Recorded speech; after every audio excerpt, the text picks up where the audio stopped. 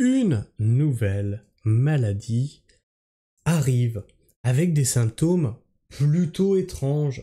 C'est quand même bizarre.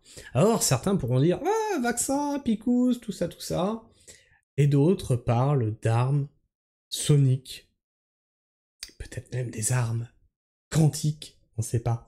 En tout cas, ce qui est étrange, c'est que ça tombe bizarrement sur des ambassades. Ces symptômes étranges. On va faire le tour de tout ça. Des symptômes étranges qui apparaissent partout dans le monde. Que sait-on vraiment du syndrome de la Havane? Quel est donc ce mal étrange qui touche les diplomates américains en poste dans leurs ambassades? Depuis 2016, des milliers d'entre eux ont ressenti des symptômes anormaux évoquant une possible attaque par des armes acoustiques. Mais malgré des enquêtes, aucune preuve médicale n'est venue confirmer leurs troubles. Alors je pense que c'est une surconsommation de coca et de McDo. Cherchez par là. Parce qu'apparemment ce sont que des Américains qui sont touchés, c'est quand même bizarre. Donc aucune preuve médicale n'est venue confirmer leurs troubles neurologiques, laissant planer le doute sur l'origine de ce mystérieux syndrome de la Havane. Depuis 2016, ouf, on est sauvé. C'est pas la picouse puisque c'est arrivé en 2020. Depuis 2016, un mal mystérieux, dénommé le syndrome de la Havane, fait les gros titres et suscite de vives inquiétudes au sein du gouvernement américain. La série documentaire de Canal+, Le syndrome de la Havane, menace sur l'Amérique, était l'occasion de s'interroger sur ses origines. Espionnage ou hallucination collective? C'est une hallucination collective! Sylvain Durif. Tout a commencé à l'ambassade américaine de la Havane à Cuba, où des diplomates ont signalé des symptômes pour le moins étranges, acouphènes, maux de tête, sensation de pression dans le crâne et même, dans certains cas plus graves, troubles de la vue, déficit cognitif et perte de mémoire. Ah, je sais. Ah, mais je sais. Ça, c'est à cause du Linky, avec tes chemtrails et ARP, et ça contrôle ton cerveau. Oui, monsieur. Ces symptômes souvent associés à la perception de bruits forts et soudains ont rapidement fait craindre une attaque ciblée contre le personnel diplomatique américain. L'affaire a ensuite pris de l'ampleur, près de 1500 employés du gouvernement américain ont déclaré avoir été victimes de ce syndrome mystérieux à travers le monde. Europe, Asie, Australie, certains responsables politiques ont alors évoqué la possibilité d'attaques soniques via des armes acoustiques qui génèrent des sons ou des ultrasons, orchestrés par des puissances étrangères comme la Russie ou la Chine. Ah, ça m'aurait étonné que ça ne vienne pas de la Russie. Ah, mais c'est toujours... Eh, c'est quoi, il y a le moindre pet de travers. J'ai chopé une chiasse ce matin. Je suis sûr que c'est à cause de la Russie. Ah oui, c'est sûr. Ah mais c'est sûr, c'est les Russes. C'est les Russes. Le mystère plane toujours. Malgré des années d'enquête intensives menées par les agences de renseignement, les départements d'État et de la Défense... Pourquoi une majuscule? Et de la Défense... et des experts médicaux, l'origine exacte du syndrome de la Havane reste insaisissable. 2 rapports majeurs publiés en 2020 par l'Académie nationale des sciences et le Journal of the American Medical Association, JAMA, ont identifié 4 causes possibles. L'énergie radiofréquence dirigée contre les diplomates américains, cause la plus probable selon l'Académie des sciences, des agents chimiques, des agents infectieux et des facteurs psychologiques et sociaux. Cependant, malgré des recherches approfondies, y compris des examens cérébraux des personnes touchées, aucune preuve clinique n'a pu être apportée pour étayer l'existence de ce syndrome.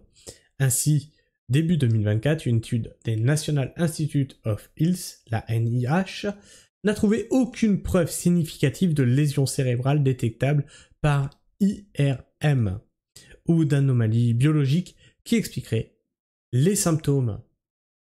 Moi, je pense que là, les Américains nous font une théorie du complot en fait. Il n'y a pas de preuve, donc c'est faux. Le mystère reste donc entier, certains experts penchent enfin pour une explication plus prosaïque.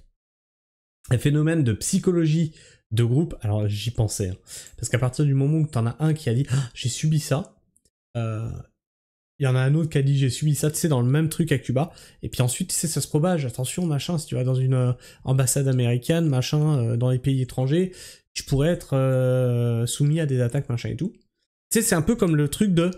ils avaient fait le test de dire qu'un cinéma était hanté à un groupe d'individus. Et ce groupe d'individus a vu plus de phénomènes bizarres que l'autre groupe témoin, à qui on a fait rentrer dans le cinéma sans rien dire. On s'auto-convainc qu'il y a des trucs. On va aller chercher, tu sais, on va être plus attentif à des trucs, voilà, machin et tout, et on va se convaincre qu'il y a eu un truc pas normal. Donc tu peux te convaincre que tu es la cible de quelque chose et te déclencher des vrais symptômes, hein, pour de vrai. Donc, un phénomène de psychologie de groupe amplifié par le stress et des facteurs sociaux. Enfin, bref, c'était une petite news rapide sur un phénomène paranormal, parasocial, para ce que tu veux, sur des symptômes étranges. Qu'est-ce que tu penses de tout ça? Dis-moi tout ça dans les commentaires, partage-moi ton avis, ton opinion, discutez-en entre vous, essayez de démêler le vrai du faux, sans vous... Ah, tiens, j'ai ma langue qui fourche, ça doit être un symptôme. Sans vous écharper. Et puis bah partage cette vidéo, tiens, fais connaître ce symptôme un peu bizarre, un peu alambiqué. Fais connaître la chaîne, fais connaître nos valeurs d'agriculture, d'environnement et d'écologie, pas l'écologie complètement débile, politique menée par EELV par exemple. Hein.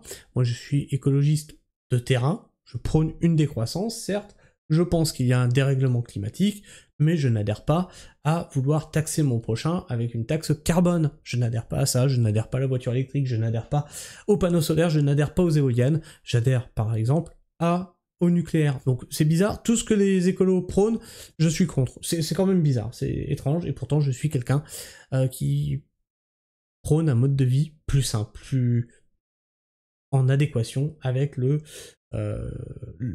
changement climatique. Et de l'autre côté, on a des politiques qui pensent plus économie que réellement écologie. Enfin bref, ça c'était pour vous parler de moi. Et puis bah sinon, bah tu peux aussi t'abonner si t'es encore là, ou vérifier que tu es encore abonné, oui, parce que bah, YouTube s'amuse à vous désabonner. Tu peux liker, disliker, tu fais bien ce que tu veux, puis tu peux aussi clocher. Et puis moi je vous fais la bise, prenez soin du sol, faites attention que vous n'ayez pas le symptôme de la Havane, et restez pragmatique. Ciao.